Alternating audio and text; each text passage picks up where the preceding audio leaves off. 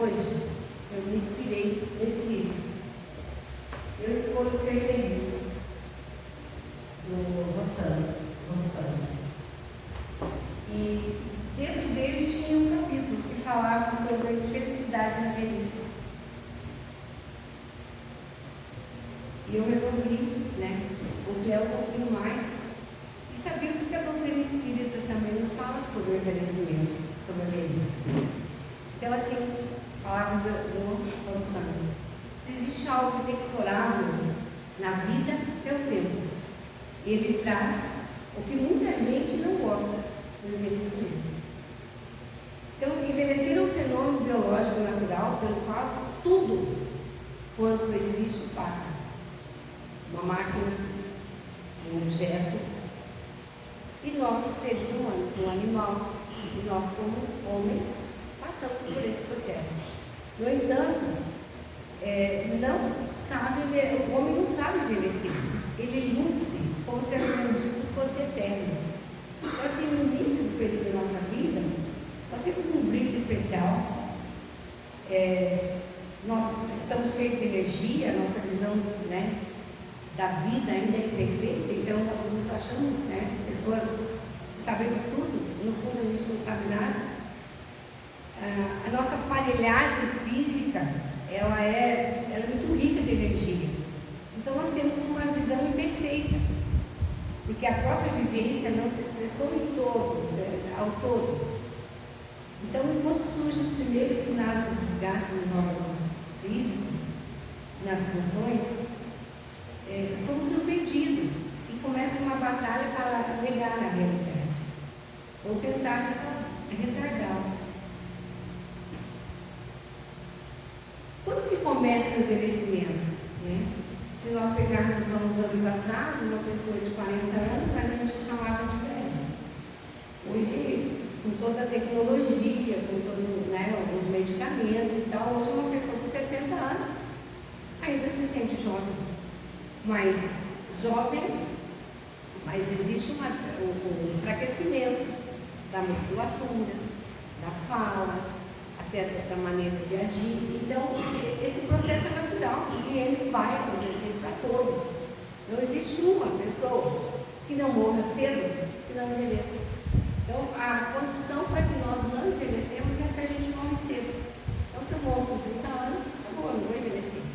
Mas quem viver vai ter esse processo de envelhecimento. Os recursos mais variados e alguns bastante extravagantes são utilizados para disfarçar o envelhecimento, que é odiado como uma verdadeira desgraça. Tem gente que não consegue lidar com o envelhecimento.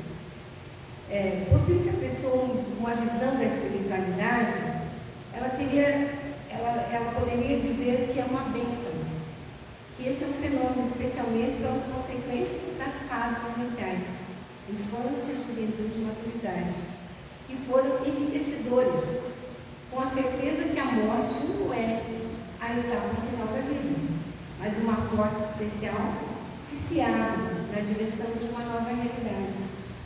Então, como espírita, nós temos que entender que a velhice faz parte dessa etapa terrena e que não é o fim de tudo, que a gente vai lá, digamos assim, que a gente vai passar por outra fase com a morte. Quem na velhice descobre o mistério da vida, a grandeza dos relacionamentos, o júbilo do aprendizado, torna-se belo, com diferentes irradiações de felicidade, que o torna um verdadeiro sábio por ser feliz. A pessoa nessa fase a tudo vê com profundidade, descobrindo e experienciando os sabores, as delícias do existir. Percebe que todas as oportunidades, algumas boas, outras nem tanto, são valores preciosos e contribuem para o período menos propício às aventuras, às ilusões, reservando-se os prazeres e revigora e produz especial encantamento a jornada do envelhecimento. Dr. Hugo, ele fala que envelhecer é sublime, é uma arte sublime. É necessário necessário aprender o valor do envelhecimento, o seu profundo significado, o prolongamento dos seus dias físicos na Terra e nos entretermos com as leis da natureza. Aliás, não somente os idosos, mas também os jovens. A velhice é uma etapa da vida como qualquer outra, com dificuldades, aprendizados e muitas coisas boas para serem vivenciadas. Estudos demonstram que a partir dos 40 anos de idade, o corpo humano já começa a apresentar alguns sinais de desgaste. O organismo vai se tornando mais lento em suas reações, ocorrendo uma diminuição da capacidade funcional. Prevenção é sempre o melhor caminho. Na obra intitulada A Sublime Arte de Envelhecer, o psicólogo alemão Anselmo Grün afirma que Carl Jung, psicólogo, né? Psicólogo? Ele assevera: assim que se aproxima o limiar da velhice, com aspirações e desejos realizados, que automaticamente desviam o seu olhar para o passado, sendo eternos adolescentes, lastimosos, seduzindo de ilusão de si mesmo. Consequência inevitável da ilusão que a segunda metade da vida deve ser regida pelos princípios da primeira. Isso significa que muitos de nós, ao envelhecer, nos tornamos adolescentes, rebeldes. Porque achamos que nós não realizamos aquilo que gostaríamos de realizar, e aí nós nos tornamos aquelas pessoas chatas, os velhos chatos, aquelas pessoas que não se conformam com nada, que estão sempre reclamando da vida, sempre culpando os outros, ou sempre dando uma desculpa do seu insucesso. Então, a gente tem que começar a ter esse pensamento e começar a analisar como que nós queremos envelhecer, de que forma que eu quero envelhecer, né? O envelhecimento faz parte do curso natural da vida. Novamente, é a lei da natureza. Acontecerá a todos aqueles, né? Como eu falei antes, se não morrerem antes, vão envelhecer. Com a maturidade, adquirimos conhecimento, sensibilidade para relacionamentos afetivos, uma forte tendência para reconhecer, para recorrer a experiências anteriores, e quando temos um bom relacionamento interpessoal, adquirimos confiança e segurança. Por outro lado, com o envelhecimento do nosso corpo, perdemos a capacidade física, ficamos preocupados com doenças que possam ocorrer com frequência cada vez maior. Ficamos com medo de morrer, pois vemos pessoas de nosso convívio, nossos amigos e familiares, morrendo quase todos os dias. Somos substituídos por pessoas mais jovens em nosso trabalho e emprego. Além disso, as pessoas que nos rodeiam passam a nos designar de velhos, muitas vezes de forma pejorativa e maldosa. Não raro vemos pessoas idosas sendo submetidas a maus tratos, que não são práticas presentes em nossa cultura. Esse é um problema global que recebe atenção da Organização Mundial de Saúde. Porque muitas vezes os idosos, para os maus tratos, não se referem a bater neles, mas qualquer ato que faça com que ele se sinta depreciado, desvalorizado, né? Ou mesmo deslocado do seu ambiente que ele estava acostumado, e quer seja por motivos financeiros, por qualquer motivo, as pessoas idosas às vezes são colocadas como se fosse uma partezinha da casa, um cômodo qualquer. E geralmente esse cômodo é o pior da casa. Diante desse cenário, nós temos que nos perguntar: o que podemos fazer para que a nossa sociedade seja mais justa para com as pessoas idosas, para que elas possam ser felizes? Basta um pouco mais de tolerância e de disposição para enxergar as contribuições que elas são capazes de nos trazer. O que nós podemos fazer para melhorar a vida de um idoso? Sejam nossos familiares, sejam algum parente, sejam pessoas que nós convivemos. Primeira coisa, converse e escute o que ele tem a dizer. Mostre que a presença dele é importante. Respeite a sua rotina. Incentive a ter um hobby. A pessoa ociosa é como água parada, apodrece, ela precisa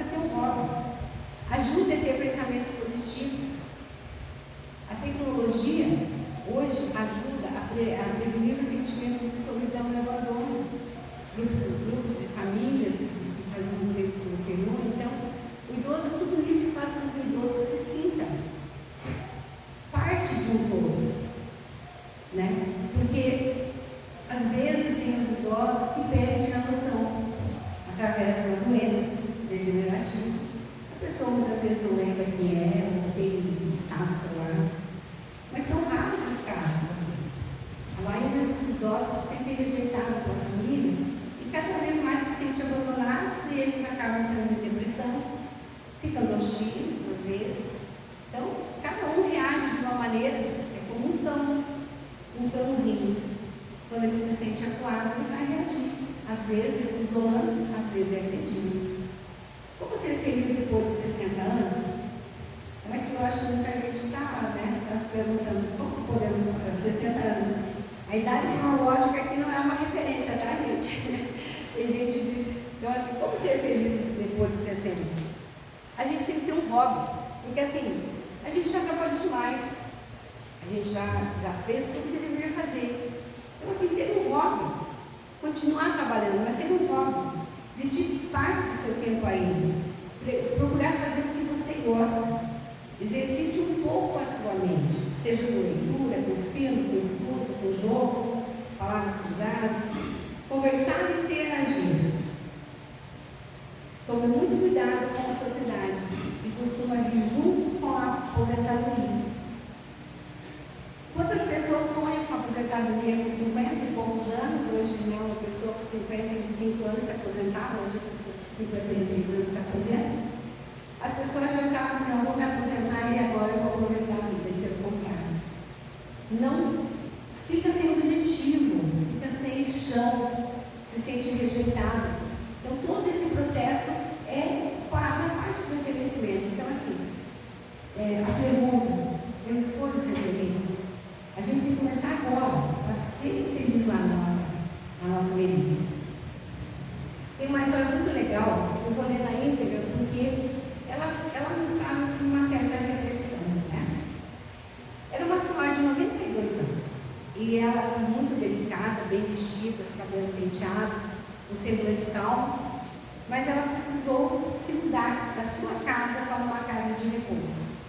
O seu marido havia falecido recentemente, as mudanças se faziam necessárias, pois era deficiente visual, e não havia quem pudesse ampará-la em seu lar. A neta dedicada a acompanhou. Após algum tempo, aguardando pacientemente na sala de espera, a enfermeira veio visitá-la. Veio avisá-la que o quarto estava pronto. Enquanto caminhava lentamente até o elevador, a neta, que já havia vistoriado os aposentos, fez uma descrição visual do seu pequeno quarto, incluindo as cores na cortina da janela. E a senhora sorriu docemente e disse: eu adorei. Mas a senhora nem chegou no quarto, vó, observou a neta e a enfermeira. Ela não deixou continuar e acrescentou: a felicidade é algo que você decide antes da hora. Se eu vou gostar do meu quarto ou não depende de como os móveis estarão arranjados, e sim como eu os arranjo em minha mente. Eu já me decidi gostar deles. E continuou: é uma decisão que tomo cada manhã quando eu acordo. Eu tenho uma escolha. Eu posso passar o dia na cama remoendo as dificuldades que tenho, com as partes do meu corpo que não funcionam há muito tempo. Eu posso sair da cama e ser grata por mais esse dia. Cada dia presente, os meus olhos se abrem para um novo dia nas memórias felizes que eu armazenei. Deficiente visual, mas ela armazenou memórias felizes. E ela, todos os dias, ao abrir os olhos, ela tinha essas lembranças. A velhice é como um conto, é como uma conta no banco, minha filha, falou ela. Você só retira o que coloca antes. A velhice é como uma conta no banco, de onde você só retira o que coloca antes. A lição de uma pessoa idosa sem a visão dos olhos físico é de grande profundidade e contém ensinamentos valiosos. O primeiro deles é que a felicidade é uma decisão pessoal. Depende mais da nossa disposição mental do que da circunstância que nos rodeia. Cada pessoa tem a intimidade, o potencial de armazenar as belezas que deseja ver na sua tela mental. Ainda que, no seu redor, a paisagem seja deprimente.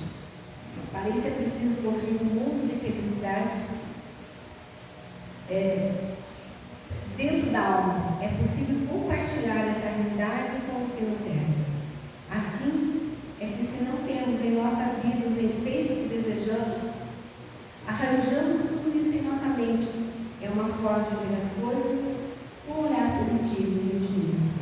Além disso, com toda a criação começa na mente, é bem possível que venhamos a concretizar esse sonho alimentado no mundo. Se você ainda não havia pensado nessa possibilidade, pense agora. Comece sem demora a depositar a felicidade na conta do banco de suas lembranças, para poder resgatar sempre o desejado. Se você abrir a janela pela manhã, e seus olhos físicos puderem ver apenas paisagem, abra a janela da manhã. Respire fundo e sinta o perfume de um jardim, de rosa, de cravo, ouça o dança dos pássaros que voam. Perceba a brisa acariciando seu rosto e curta a melodia dos grilos e das cigarras picando para alegrar suas horas. Decida ser feliz, ainda que seja uma felicidade que só você pode sentir. E lembre-se sempre, a felicidade não depende de como as coisas estão arranjadas, mas de como você as arranja em sua mente. Essa historinha é bonita, né? Até inocente, mas ela retrata como as pessoas podem estar se localizando no futuro. Ao Estado tem uma música maravilhosa, se eu tivesse voz eu cantaria, mas eu só vou, né? Ando devagar porque já tive pressa. Essa pressa que hoje nós estamos acostumados, não temos tempo para nada, não temos tempo para curtir um dia ensolarado, né? Estávamos tão ansiosos pela chuva, quantos de nós paramos assim para agradecer, orar por uma janela, ver aquela chuva caindo e ficar agraciando ela. Então assim, ando devagar porque já tive pressa de tudo, pressa de amar, pressa de fazer as coisas, pressa de sair, de ter as coisas, enfim. Então nós vivemos esse tumulto psicológico que nos deixa cada vez mais distantes daquilo que nós chamamos da felicidade real, a grande felicidade que nós todos buscamos e que muitas vezes nós a distanciamos, nós deixamos que várias coisas surjam no nosso caminho e nós nos distantamos da bendita felicidade, né? Por que eu levo um sorriso? Porque eu chorei demais. Então a velhice nos traz isso, o conforto de vivermos momentos tristes, mas também de aprendermos com eles. Quem de nós não começou assim, com muitas lutas, com muitas dificuldades? Mas quando nós chegamos, como eu cheguei aos 60 anos, a gente sente isso. É bom demais olhar para trás e ver que construímos grandes coisas, não somente financeiro, construímos grandes amizades, conseguimos transmitir conhecimento para muitas pessoas, conseguimos ter amigos, companheiros de jornada que estão comigo, que estão com a gente nessa caminhada há tanto tempo. Então tudo isso faz com que nós possamos sorrir em relação a quantas lágrimas derramamos. Cada um de nós compõe a sua história e cada ser carrega o dom de ser capaz e de ser feliz. Então esse é o convite de Jesus, né? Que nós possamos estar dentro de nós carregamos conosco o dom e a capacidade de ser feliz. Basta que consigamos olhar. E a mensagem em relação aos nossos velhinhos, que a gente possa